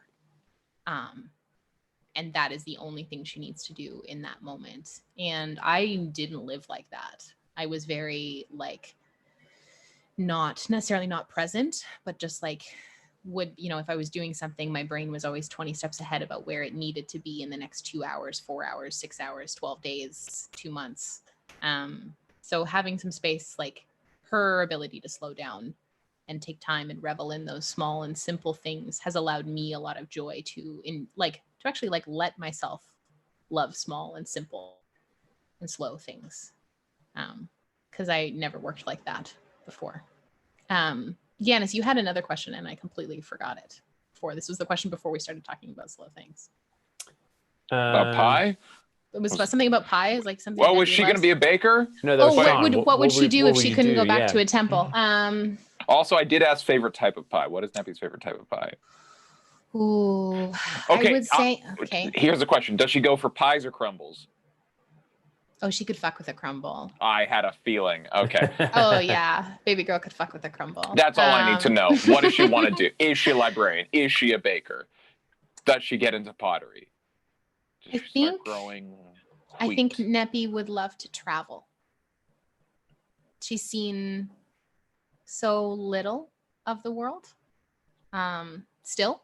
Mm-hmm. Like she's really only been out in the world. What is she now? 30. Well, she's, she aged 2 years, so that would make her like 32-ish. Okay. Now, because she had her titling day, which is kind of how she marks her years. She doesn't know her birthday, so she marks it on the day she was titled, which was a week before the anniversary of Torrhen's death, if the calendar serves me right. But I think she would want to travel. I think she wants to see the world. I think she wants to go everywhere. She wants to, like, Neppy loves a market. She loves the Bacall, like the markets of Bacall before they were like overrun with, the undead and zealots of the Chained Oblivion were amazing and beautiful and vivacious and just alive. She loves that kind of stuff, walking through new places, experiencing things as a local would. She just wants to go like pack a bag of holding and just go to go see the world. So I think that's what she would do. Yeah, she would want to go and, go with people she cares about. Want to go with Kokenee and stuff like that. I think also Neppy wants to be a mom one day. Like in Temple Philenis, like it's very custom that the children, the babies that are left are cared for by the entire order. Like it's very common to see like a baby on somebody's hip all the time. And like, I don't think Neppy ever thought she was going to have that was ever in her cards. And now it potentially could be like, so, which is really cool. And like, as someone who is a mom, like there's no experience like motherhood. It's the best fucking thing in the whole world. So I look forward to that for her, if that's something that's in the cards for her. I don't know. I've had some pretty good pie, Em, and I must say. I mean, there's, pie and crumble, though. Those are great. Just travel the world and find some really good pies and crumble. Yeah. Yeah. Maybe write a book. I don't know. I mean, she's currently writing like multitudes of books. Yeah. In my mind, she dropped off like 40. I don't know. I don't know if she would. I don't think she would know. Prose or poetry? Prose or poetry. I think she would write probably like non-fictional accounts. I think she would want to tell stories of places. Nepthisicate fanfic. 100%. No, I think she would want to tell the stories of like places. And she loves story because that's for years. That's all she had was books. So I think she would want to dive into the stories of those places. Here's my pitch for Neppy. 100% she's going to travel around, but at some point she's going to probably stop traveling. And here's my pitch. She fucking goes around to like schools or community centers and whatnot. And she's got a book of stories she's written, like Talking to Magrin. Like 100%. She collects the stories of people and she just like tell those stories to kids. And then she's just that like old woman who's just like a really cool storyteller, and there's just like 14 kids on their little bean bags just sat around. Oh yeah. Absolutely. All I can think of is the John Mulaney comedy bit about the detective who comes to talk to children about Beatenbaker or whatever. Now when you get kidnapped, not if, when. Oh no, my battery. Oh no. Are you going I've done the classic thing of not plugging in my thing, so I've got 10% battery. Oh no, Sean. What you're gonna need is a money clip, and you're gonna throw that money clip on the ground. Go get it. I think I see. If Neppy gets to grow old and live out the rest of her days, the way that she chooses, there will be a lot of story in her future. Telling the stories, the things she's experienced, learning and listening, sitting and hearing other people's stories. Because I think that's something she's always loved too, is those times where even in those last moments, people's last moments is sitting with them and hearing story that they want to share and just being present for that. Simply just sitting and being present with someone in those times. Yeah. I have big wishes for my girl. Yeah. I hope she gets to live a life that she really feels proud of at the end of it. Because her death won't be the end. It is, there it is one chapter in a big old book of things. But yeah, I hope she gets to live a life she's really proud of. One that she feels like she did well. I think she's doing pretty good so far. I think she's doing all right. Yeah, she's doing okay. She's doing okay so far. It's interesting. I always think of like I saw a great interview with Matt Damon once where he talks about how they wrote Good Will Hunting and how the night after he won the Oscar for Best Original Screenplay for Good Will Hunting, he was like 20 something years old and he'd worked his whole life to like be recognized and to win an Oscar. And he says he remembers going home and sitting on a sofa like after the Oscars with the Oscar in his hand and being like, what the fuck do I do now? Yeah. Like oh it had been his dream and his goal for so long, and then they did it like on the first try, and he was like, okay, like what now? Like this is supposed to take a lifetime. And like I feel like Neppy's very much in the same boat where she's like, right now she's able to occupy herself with like these things that have arisen, these other problems and challenges, but like if there's ever a downtime, she's going to be like, okay, well I would argue differently than that. Oh yeah, she's free now. Well, I think in her mind, her job is changed. Because her job now isn't to, necessarily stop Velsum or stop the Chained Oblivion. Her job is to now keep it that way. And she and her husband are in possession of 2 of the 3 remaining seals that do that. So her charge is now that ring on her finger and the thing in her husband's chest. You hear that, Matt Damon? If you are watching, I'm coming to steal your Oscar. Your job is to keep it now. Your job is to keep your fucking Oscar now. I'm going to fucking steal it from you. So your life has purpose again. I think that's been something that's been really big in a big shift for me is the fact that like her purpose has changed because it had to. Because if she felt like done and dusted with the stuff with, the Chained Oblivion and stuff, like it can't be done because it's never done, because there is always a chance that it comes back and that, chaos rears its ugly head again. And she would give everything to stop that, because that is her charge. Her prophecy, she carries that prophecy until she is no longer breathing. Like that is her duty. She does it or she dies trying.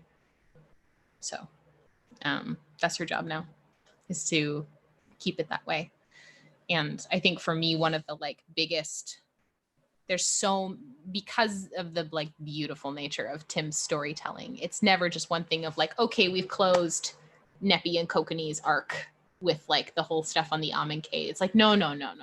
You thought you were done, but you're not done. He's just weaving. Like, he's just weaving and all that kind of good stuff. That's knitting. Especially this stuff with the Orphea. Like Neppy feels a profound sense of responsibility towards that. Because if Velsum was attempting, like Velsum saw himself as Io's ruin, she now sees herself as like, okay, that's my job. This whole thing with the Orphea, that is my job now. Is like, I have to reforge those Khopesh. I have to hallow those Khopesh. I have to reforge the hand of Io with Magrin. I'm going to get Magrin to help me do that. And I'm going to take the hand of Io to the Orphea. I'm going to present it to them and pray to any god that will listen for this to be God to be good, because there is too many dark things in the world. And she feels such a profound sense of responsibility towards that. So would Neppy hatch that baby egg? That's egg? What she's going to open it. We'll see what happens. Have we decided? Okay, but was there a discussion as to deciding like that's the good? Like, did I miss that? Was that like this is a good idea? I think it's a thing that has to. It was so Io. Io was the the like creator, goddess of like dragonkind, and had Tiamat and Bahamut, and then had a third, god child. but thought that if there was more than, the two that she had, it would cause strife and it would cause a lot of like potential dissonance and potentially upset a balance. So she locked the third god egg away in the Orphea. And the hand of Io is the key to that. So with the death of Tiamat and the rise of Task, and we don't know that Task is evil, but he could be. But Task is also a dragon, correct? Task is also a dragon god, yes. But is there any chance that Task is evil? The third? Evil? The third? No. No. Because Task rose. No. At least I don't think so. Task rose up himself. No chance. Sean. Or maybe we open the Orphea and the god egg is not even in there. But that's a possibility I've thought of too. That I think that whatever is inside that Orphea, Neppy will feel a very strong sense of responsibility towards and feel like that whatever is in here, while she is not a follower of Io, she's like, I respect that this was a really important thing a god did, and as someone who is exceedingly reverent to my goddess, this is important, and so we're gonna do everything I can to make sure that this is good, especially if Velsum's goal was to open it. And I'm still pitching for the Divine Eggs Benny, which is on the table. Oh my god. Do you know the the Netflix thing, Baby Geniuses? This is going to just be Baby God. And you guys will be taking care of a baby that's also a god. And it's going to be a sitcom. 2 high priestesses in an apartment taking care of a baby god. Absolutely. That's not their god. No. They're both high priestesses of different gods, but they're also raising a third god. Well, it's and confusing. I think that was something that I also considered too, of with, the fact that she's with Kokenee, the fact that he follows obviously a very different goddess, having to be respectful of Arathis, and, wondering what is Arathis and Nephthysicet's relationship, and if this thing that they're doing is okay. Do we know what their relationship is? No, we don't. You guys are too scared to ask. I think that there's been some times where Nephthysicet, Neppy's asked Nephthysicet So you guys got together, you got married, but you never had the dinner with the in-laws. There's been moments where they've prayed together and one of them hasn't been set on fire or killed. So I feel like that's that's a pretty low sign bar. Of okay. We've both prayed and one of us didn't Nobody die. didn't die. So we had fine. Thanksgiving and nobody threw any punches. Yeah. So nobody nobody was smited. It's fine. And there's been moments too where Neppy's asked Nephthysicet, is my place with him here? And she said yes. So that's kind of she'll take it. She'll take it as the biggest yes that can be offered. Because from the goddess gods that just shows up like a cat. The gods have had a lot of them have full-fledged relationships, romantic relationships. In D&D canon, Melora and Arathis are together, which is great. Oh, Love that. I wonder if that's true for Tim canon. I don't know. I have no idea. Then Callie and... We haven't asked. Callie and Kokenee's gods would be all buddy-buddy. Argue a bit more buddy than buddy-buddy. Let's hope they don't break up. Yeah, no breakups, please.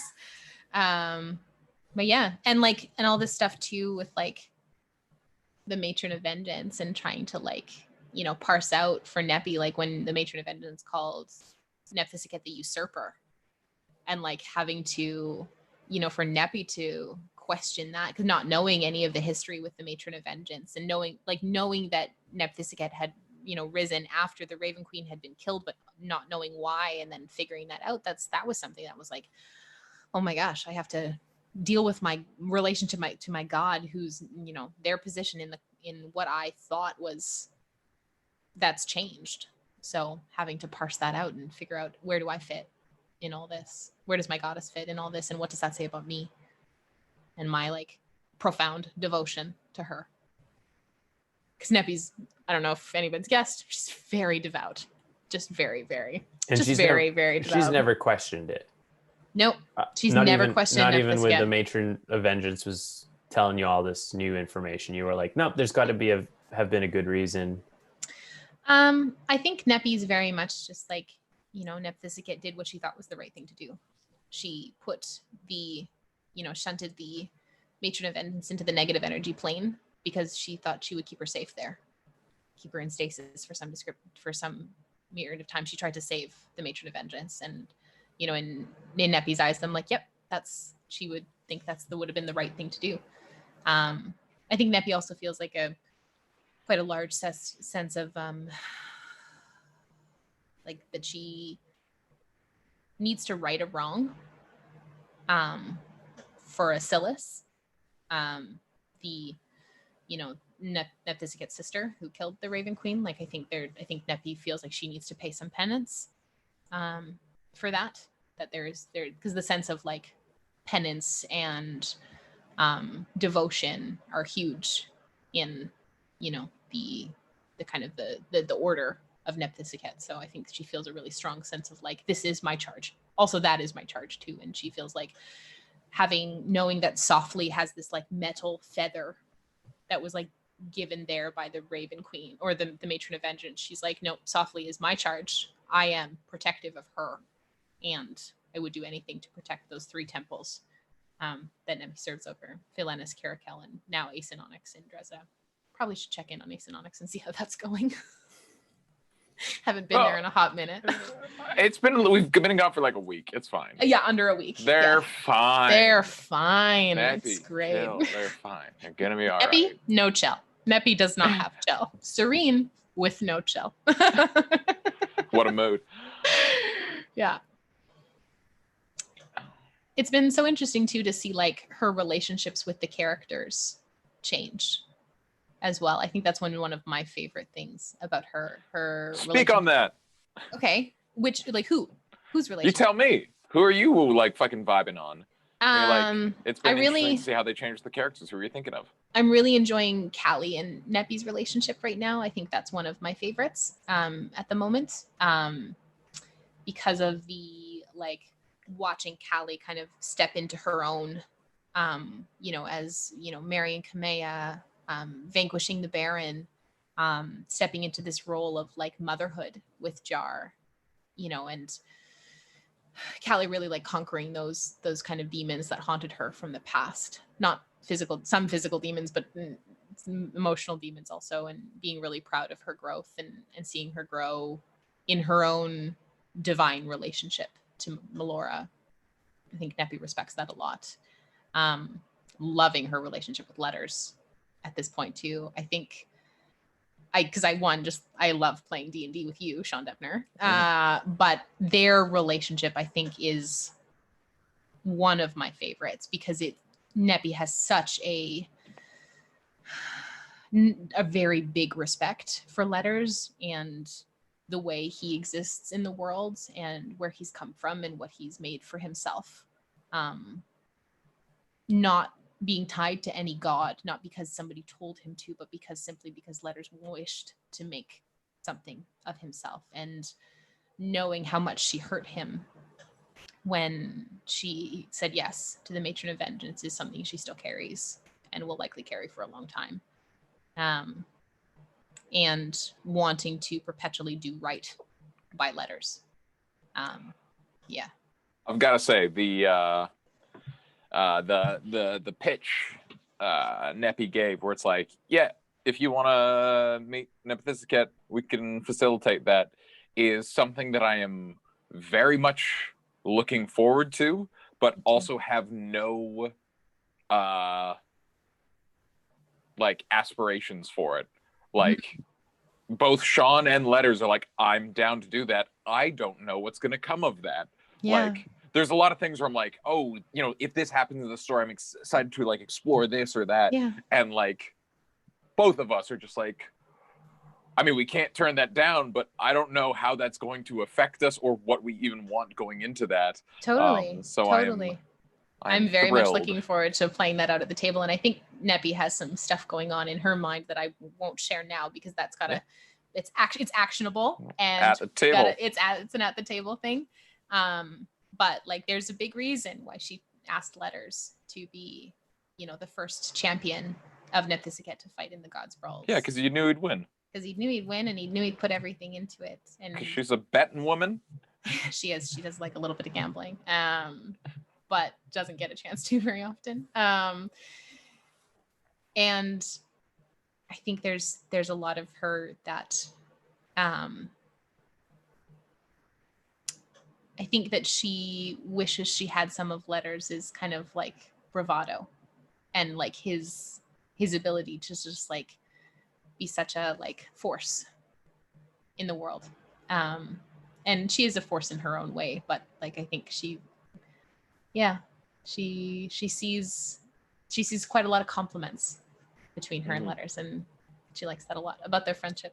Yeah, and also because they're very straight up with each other and very considerate and compassionate with each other, so it's good.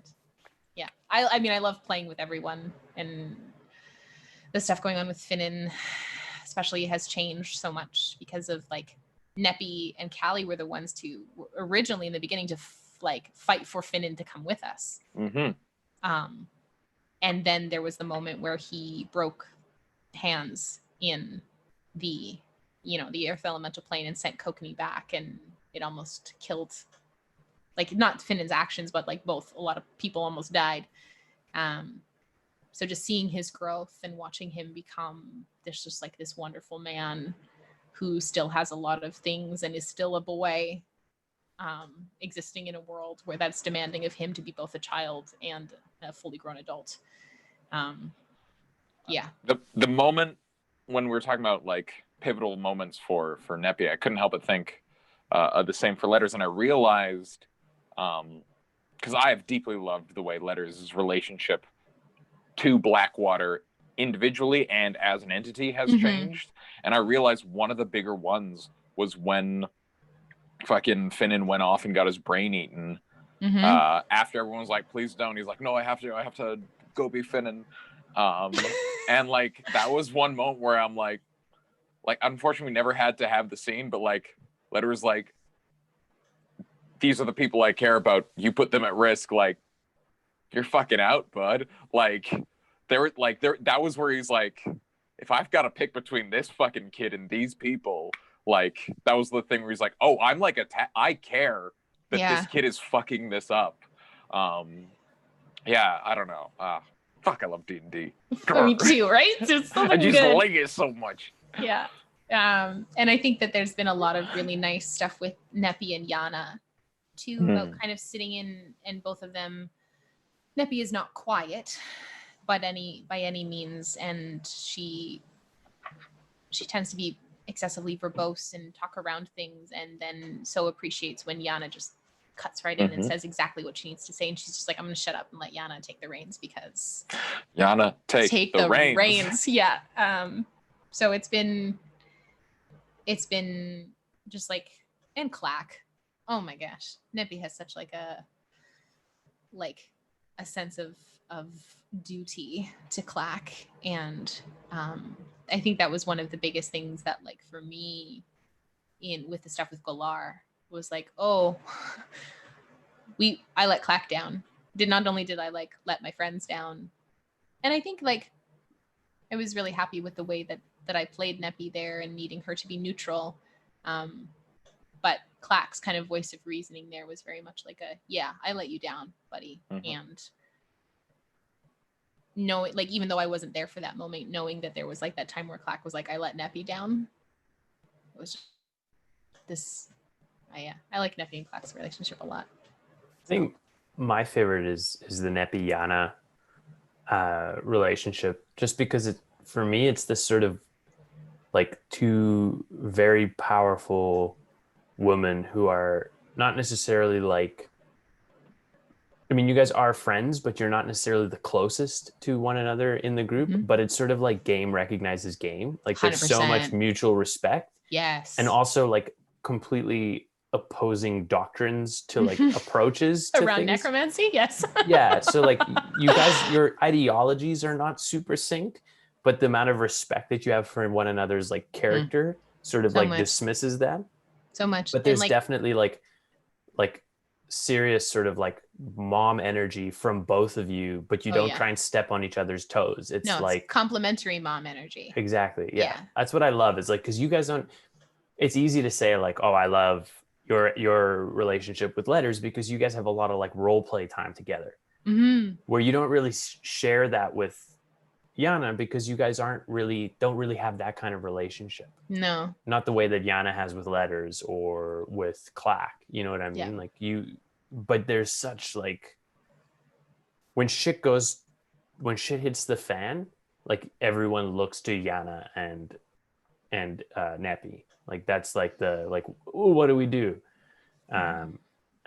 So that's my favorite relationship, is the way you guys like complement one another and like kind of I think that coexist. says a lot about how Jen and I's relationship is also. Jen But and I have been you friends and Jen for are so much long. closer than yes. than Yana and Neppy. Yeah, and I think Jen and I have also coexisted in a lot of spaces that when shit has hit the fan, we have also been the two people that everyone has looked to be like, please help, please sort this out. I can think of like 3 situations where that has literally happened, where people have called Jen and me and be like, we need your help, you need to fix this. So I think there's a lot of game recognized game. But sure. It's also like you say you guys have been friends for a long time. It's that sort of ability to sit in silence that you guys bring to your characters, where like you don't need to have those conversations because they just kind of happen unspoken. Totally.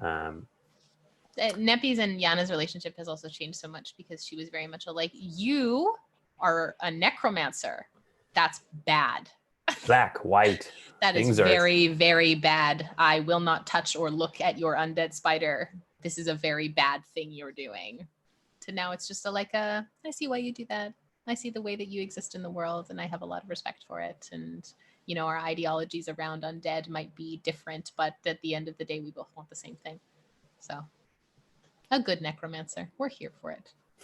I've really loved the journey of Neppy just being able to speak with undead now, just like she wants to. Well, because that used to be a whole fucking thing. No, that was a big no-no. Like, she wouldn't cast speak with dead because that was the role of the Summit.